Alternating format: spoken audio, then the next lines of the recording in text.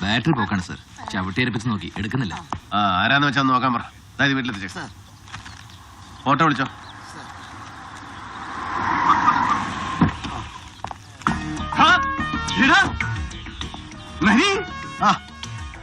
എന്നാൽ കണ്ണൂരിൽ നിന്ന് വന്ന് ചാർജ് എടുത്തിട്ട് ഒന്ന് വിളിച്ചില്ലോടാ നീ.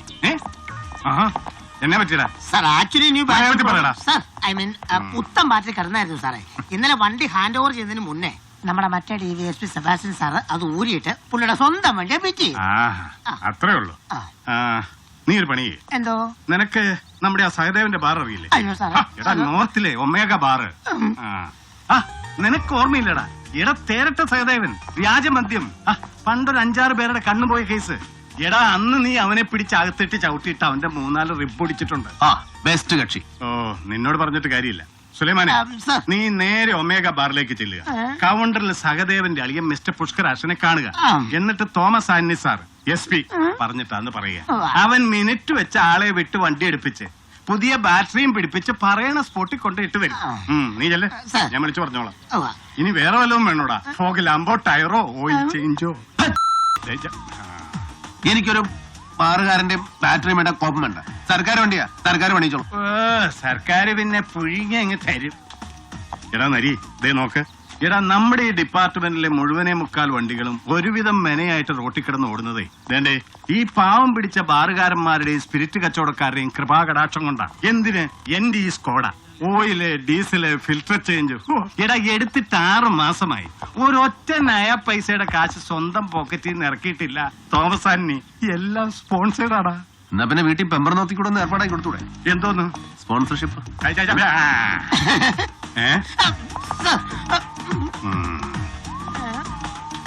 പിന്നെ ഒരു കാര്യം, ഇനി മുതൽ ഈ പണ്ടത്തെ പോലെയുള്ള എടാപോടാ വിളി വേണ്ട. ഇന്നത്തെ നിലയ്ക്ക് AC നരേന്ദ്രനേക്കാൾ ഒരു പടി മുകളിലാണ് തോമസ് ആന്നി SP. ആ മാനക്കേട് അടിയൻ അങ്ങ് സഹിച്ചു. അല്ല പിന്നെ എടാ നരി, അല്ല പിന്നെ ഇന്ന് ഓഫീസിൽ കയറണ്ട. നിന്നെ കണ്ടതല്ലേ, വാ കയറ്. നമുക്ക് നേരെ ക്ലബിലേക്ക് വിട്ടേക്കാം. നല്ല സ്മൂത്ത് റമ്മ് കിട്ടും. വേണ്ടെന്നേ, സാർ ഒരു റാങ്ക് മുകളിലല്ലേ, വിട്ടുവയ്ക്കോ. വാ കേറടാ. ഓസ് വേണ്ടെന്നേ. ഇല്ലടാ, നിന്റെ വീട്ടിലേക്കാ. നീ അവളെ വിളിച്ചു പറ നല്ല ചായ ഇട്ട് വെക്കാൻ. വാടാ കേറ്.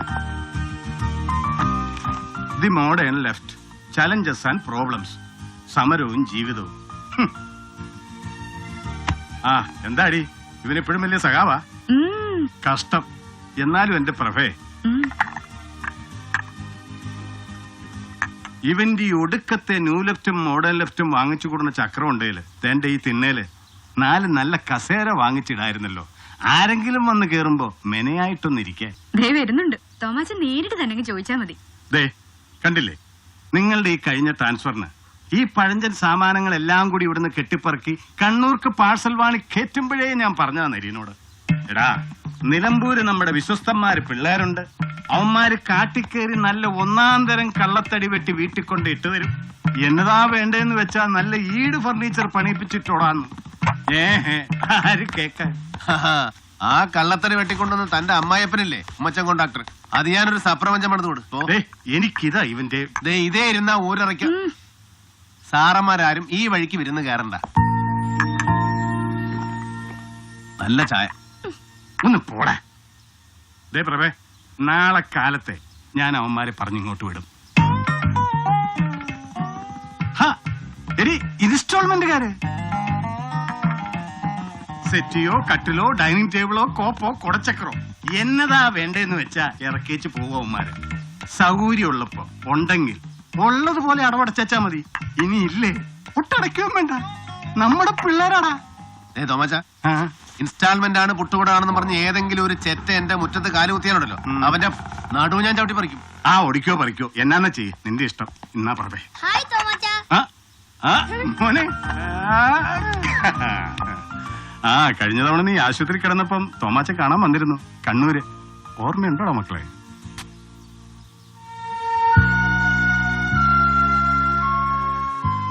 ഇപ്പൊ അവസ്ഥയൊക്കെ മാറി. മച്ച് ബെറ്റർ ഇല്ലടാ? ഇവനെ ഇവിടെ ചേർത്തോ? നാഷണൽ പബ്ലിക് സ്കൂൾ, നല്ല ഫസ്റ്റ് പള്ളിക്കൂടം. എന്ത് ആദർശം വേണേലും നീ പറഞ്ഞു. പക്ഷെ ഒരൊറ്റ കാര്യം, കൊച്ചുങ്ങളുടെ ഫ്യൂച്ചർ അത് വെച്ച് നീ കളിക്കരുത്. വട മക്കളെ നമുക്ക് പോയേക്കാം ഞാനും ഇനി ഞാൻ കൊണ്ടുപോവാ ഡിന്നർ കൊടുത്ത് കുറിപ്പിന്റെ കൂടെ ഒന്ന് തിരിച്ചു വിട്ടേക്കാം ആ ഇന്നിവിടെ ഇനി ഒന്നും വെക്കണ്ട ഫുഡ് ഞാൻ കൊടുത്തയച്ചോളാം. വേണ്ട, ഹാ അതെന്നാടാ നീ ഇവനെയും കൊണ്ട് വയ്ക്കോ, ഞങ്ങൾ അങ്ങോട്ട് വന്നേക്കാം. ഇന്ന് അത്താഴം അവിടെ നിന്റെ വീട്ടിൽ. അടി വില. ഓക്കെ, നമുക്ക് പോവാമേ. ആ പിന്നെ നരി, നീ പോരുമ്പോ ആ അയച്ചു തന്ന സാധനം അതും കൂടെ എടുത്ത് വണ്ടിയിലിട്ടാരെ. ഓക്കെ. എടാ മറ്റേ ഷക്കീല, നമുക്ക് നാരങ്ങാ നീര് പറ്റി നക്കാവടാ. എന്നാ? Thank you.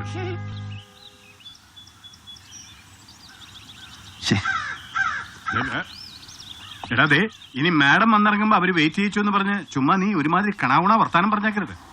ഓ ആ എത്തിയല്ലോ.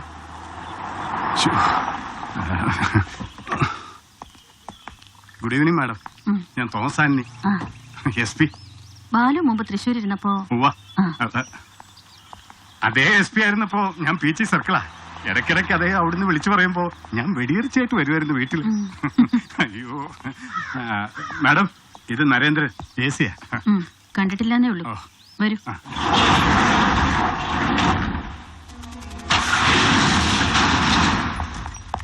A typical case of hit and run. അതല്ലാതെ വേറെ മരണകാരണമൊന്നും പറയാനില്ല. അങ്ങനെ തന്നെയാണ് നിങ്ങളുടെ പോലീസ് റിപ്പോർട്ടിലും, അല്ലേ? അതെ അതെ.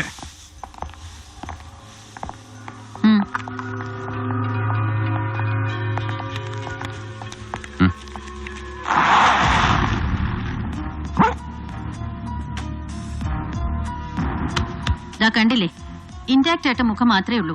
Otherwise is a complete mess. ഒടിയാനും ചതയാനും ഇനി ഒന്നും ബാക്കിയില്ല.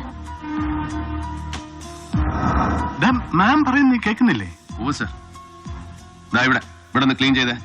ഇവിടെ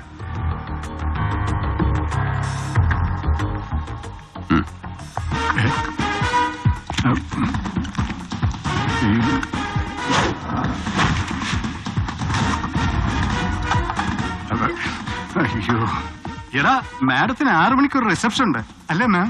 അതെ, ഇതിപ്പോ ഒരാഴ്ച കഴിഞ്ഞു. ബോഡി പോസ്റ്റ്മോർട്ടത്തിന് കിട്ടുമ്പോ തന്നെ പഴകിയിട്ടുണ്ട്. നിങ്ങളുടെ പ്രൊസീജിയർ കഴിഞ്ഞെങ്കിൽ ഇനി റിലീസ് ചെയ്യാൻ വൈകിക്കണ്ട.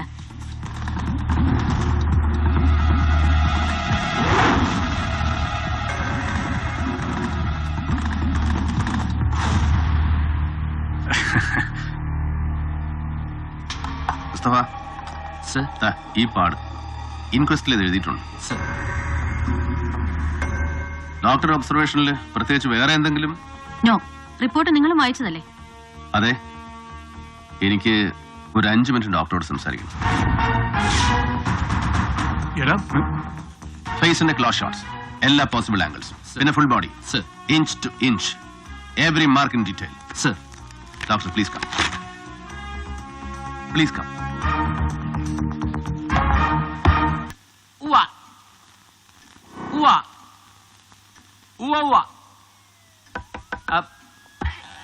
സാർ.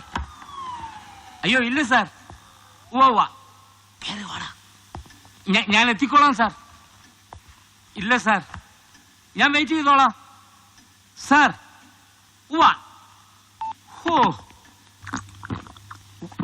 CM ആയിരുന്നു. കളിയാക്കുന്നോടാ? അല്ല പിന്നെ, ചില നേരത്തെ സാറിന് പഴയ നാടകത്തിലെ നാലണ പോലീസിന്റെ ഊര.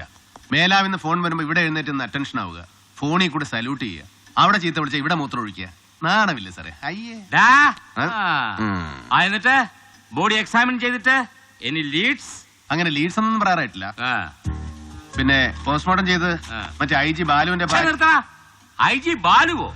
നിന്റെ കീഴാഫീസറാന്നോട് IG Balagopalan sir. Balagopalan sir. അദ്ദേഹത്തിന്റെ ഭാര്യ doctor Ratnakumari. She's too good a professional. അങ്ങനെ ഒന്നും മിസ് ചെയ്തായിട്ട് തോന്നുന്നില്ല. എക്സെപ്റ്റ് ഈ മുറിവ് അടികൊണ്ട പാടാ. എന്ന് വെച്ചാൽ കമ്പിളി കണ്ടൻ ജോസ് മരിക്കുന്നതിന് മുമ്പ് അടി കൊണ്ടിട്ട് 6 സ്റ്റിച്ചിട്ട പാട്.